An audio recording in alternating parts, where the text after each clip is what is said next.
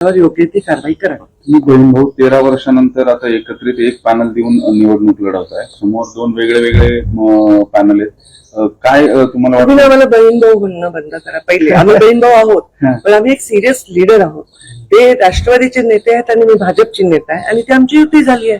अशी युती असंख्य ठिकाणी राज्यामध्ये झाली आहे, तशी आमची झाली. तर आम्ही बहीण भाऊ जरी असलो तर आम्ही केवळ बहीण भाऊ नाही, आम्ही एक राजकीय जीवनात 20-22 वर्ष पूर्णपणे झोकून दिलेले प्रमुख नेते आहोत आपापल्या पक्षाचे. तर आम्ही त्या हिशोबाने इथे एकत्र हिताच्या परळीच्या हितासाठी इथे आम्ही एकत्र पॅनल केलेला आहे. या सगळ्या निवडणुकीमध्ये ज्या प्रचार सभा आहेत त्या प्रचार सभांमध्ये मुख्यमंत्र्यांनी तुम्ही स्टेजवरती असताना एक गंमत झाली आहे. काल तुम्ही जीप चावली, कानं लागलेला असताना मुख्यमंत्र्यांचा सत्कार सुरू असताना नेमकं काय झालं होतं?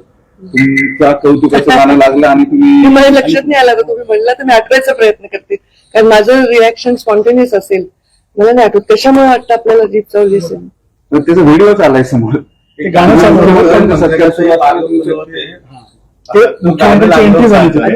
ते काय मला तिथे एक नैसर्गिक रिॲक्शन होती, मला आठवत नाही. काही प्लॅन नसतं माझं जीवनामध्ये अशा गोष्टी. पण कदाचित चुकीचं गाणं लागलं असेल ते कदाचित देवाभाऊ गाणं लावायच्या वेळी चुकून लागलं असेल, तर त्यामुळे मला नाही आठवत आहे ऍक्च्युली काय झालं.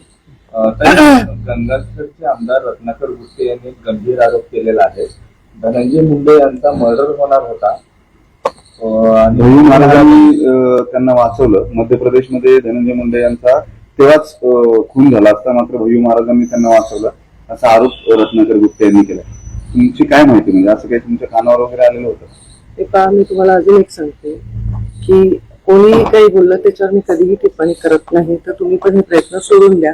माझी काय माहिती हा प्रश्न विचारलात तर अशा कुठल्याही विभत्स गोष्टीची माहिती माझ्यापर्यंत कधी येत नाही, कारण आम्ही खूप प्रोटेक्टेड जीवन जगलो. आमचे वडील जीवित असेपर्यंत त्यांनी आमच्यावर कुठल्याही अबोध गोष्टी आमच्या कानावर येऊ दिल्या नाही आणि ते गेल्यानंतर एक धाक मी निर्माण केला आहे.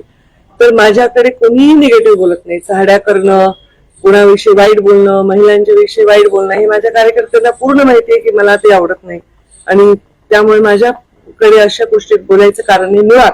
आणि ते विषय कुठल्याही माझ्याशी संबंधित नसल्यामुळे त्याचं उत्तर मी काय देणार आहे? त्याचं उत्तर कधी घटना घडली आहे, काय घडली आहे याविषयी उत्तर धनंजय का रत्नाकर कुठेच देऊ शकतात, मी कसं देऊ शकते? कालपासून निवडणुकीच्या संदर्भात राज्यातल्या जोरदार आरोप प्रत्यारोप होत आहेत आणि ते सत्तेतल्याच पक्षांकडून एकमेकांवरती केलेले जाताना दिसत आहेत. कोकणामध्ये हे फार पेटलेलं दिसतंय. काल रात्री पैसे पकडण्याचा प्रकार झाला. निलेश राणेंनी पैसे पकडून दिले, पोलीस स्टेशनला गेले. काल अनेक दिवस झाले मी टीव्हीवर बघते माध्यमात. तर याच्यावर निवडणूक आयोग योग्य ते कारवाई करतील, याच्यावर मी कुठलीही काही टिप्पणी करण्याची आवश्यकता नाही. निवडणूक आयोग सक्षमपणे कारवाई करतील. तर कोणा व्यक्तीविषयी मी बोलत नाही, ओव्हरऑल सगळ्या राज्याविषयी मी बोलते. निवडणूक आयोगाने जी भूमिका घेतली, अचानक नगर परिषदेचा प्रचार संपायच्या आदल्या दिवशी अनेक ठिकाणच्या निवडणुका रद्द केल्या किंवा त्या स्थगित करण्यात आलेल्या आहेत. या सगळ्या याच्यावरती तुमची काय प्रतिक्रिया? या अशा पद्धतीने थोडी अडचण निर्माण झाली जे उमेदवार आहेत त्यांच्यासाठी, कारण त्यांनी पूर्ण निवडणुकीची तयारी केली.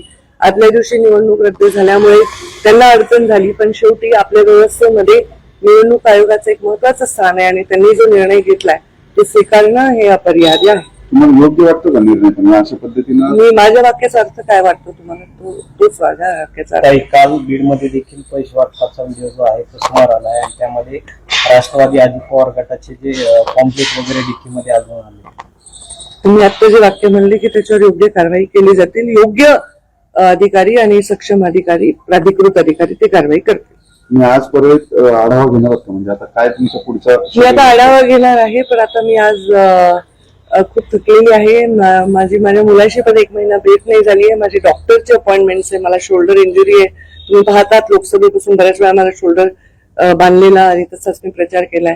तर आता 2-3 दिवस मला फिजिओथेरपी आणि ते ट्रीटमेंट अत्यंत आवश्यक आहे, नाहीतर पण मला अधिवेशनाला जायचंय. मी 2-3 दिवस इव्हन नागरिकांना विनंती करेन की 2-3 दिवस कृपया आपण मला द्यावे माझ्या ट्रीटमेंटसाठी. तर मी त्याच्यासाठी जाणार आहे.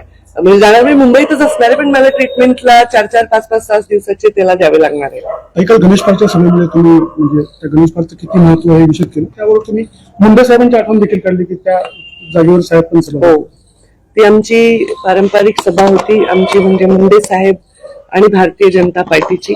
आणि दरवेळी आमचं ते ग्राउंड तिथे बुक असायचं. योगायोगाने आता आमची युती असल्यामुळे त्यांची पण ती असायची, पण आमचं एका वेळी जर ग्राउंड बुक असेल तर ते वेगळ्या क्षणी करावं लागायची. योगायोगाने आमची आणि राष्ट्रवादीची युती असल्यामुळे ते गणेश पाराची सभा आमची पारंपरिक झालेली आहे. काही बीडमध्ये गेल्या अनेक वर्षानंतर पहिल्यांदा कमळ हे चिन्ह स्वबळावरती निवडणुकीत उभं आहे. राज्याची एकंदरीत परिस्थिती भाजपच्या बाजूने कशी राहील निवडणुकीनंतर? राज्याची परिस्थिती भारतीय जनता पार्टीच्या पाठीमागे राहील. सर्वाधिक मोठा पक्ष म्हणून भारतीय जनता पार्टी स्थानिक स्वराज्य संस्थेच्या निवडणुकीमध्ये समोर येईल, जे ऑलरेडी आम्ही सर्वाधिक मोठा पक्ष आहोतच. आणि बीड शहरामधलं विचारलात तर आम्ही आतापर्यंत युतीमध्ये होतो, शिवसेनेबरोबर आमची युती होती आणि नंतर तिथे शिवसेनेचे आमदार लढायचे. मग अनेक बदल राजकारणामध्ये वरिष्ठांच्या निर्णयाने झाल्यानंतर जागा बदल झाल्या, चिन्ह बदल झाले आणि त्यानंतर आम्ही पण ठरवलं की आम्हाला आमची ताकद आजमायची आहे. आणि मी जेव्हा ठरवलं की मला निवडणूक लढायची आहे तेव्हा बऱ्याच लोकांनी आम्हाला मदत करायचं आवाहन केलं होतं. पण मी विचार केला की नाही, आता मला माझ्या पक्षाच्या चिन्हावर निवडणूक लढायची आवश्यकता आहे, तर आमची मदत तरी किती होते हे मतावरून कळेल.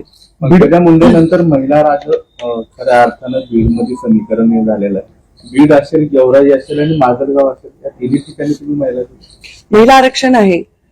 तेच तर महिला आरक्षणाचं हेच सौंदर्य आहे की जिथे आम्हाला महिला द्याव्या लागतात कंपल्सरी सगळे राज्यभर नाही देशभर, परंतु मला सक्षम महिला दिल्याचा खूप आनंद आहे. आणि बऱ्याच वेळा महिला आरक्षण नसताना आमच्या पक्षाने निर्णय घेतलाय की आमच्या इव्हन मंडल अध्यक्ष, जिल्हाध्यक्ष, जिल्हा पदाधिकारीमध्ये महिला आवर्जून आहेत. तर महिला सक्षम महिला समोर यायला पाहिजे आणि आरक्षणाच्या शिवाय सुद्धा महिला राजकारण करत आहेत हे बघून आनंद वाटतोय. बीडमध्ये नगराध्यक्ष भाजपचं निश्चित होईल असा मला विश्वास आहे. आम्हाला जी मतं मिळतील ना ती एक इतिहास करतील असं मला पूर्ण जिल्ह्याची मतं जर बघितली तर फार मोठी मला अपेक्षा आहे. लोकांचा प्रतिसाद प्रचंड चांगला आहे आणि आमची जिथे शक्ती शून्य अशी दिसत होती कारण आम्ही प्रत्यक्षात भाग घेत नव्हतो, तर तिथे जेवढीही मतं मिळाली ती आमचा मोठा विजय असं मला वाटतं. देश विदेशातील प्रत्येक घडामोडींचे लाईव्ह अपडेट मिळवण्यासाठी आता साम टीव्हीच्या सर्व सोशल मीडिया प्लॅटफॉर्मला लाईक, फॉलो आणि सबस्क्राईब करा. तसंच सर्व नोटिफिकेशनसाठी बेल आयकॉन प्रेस करायला विसरू नका.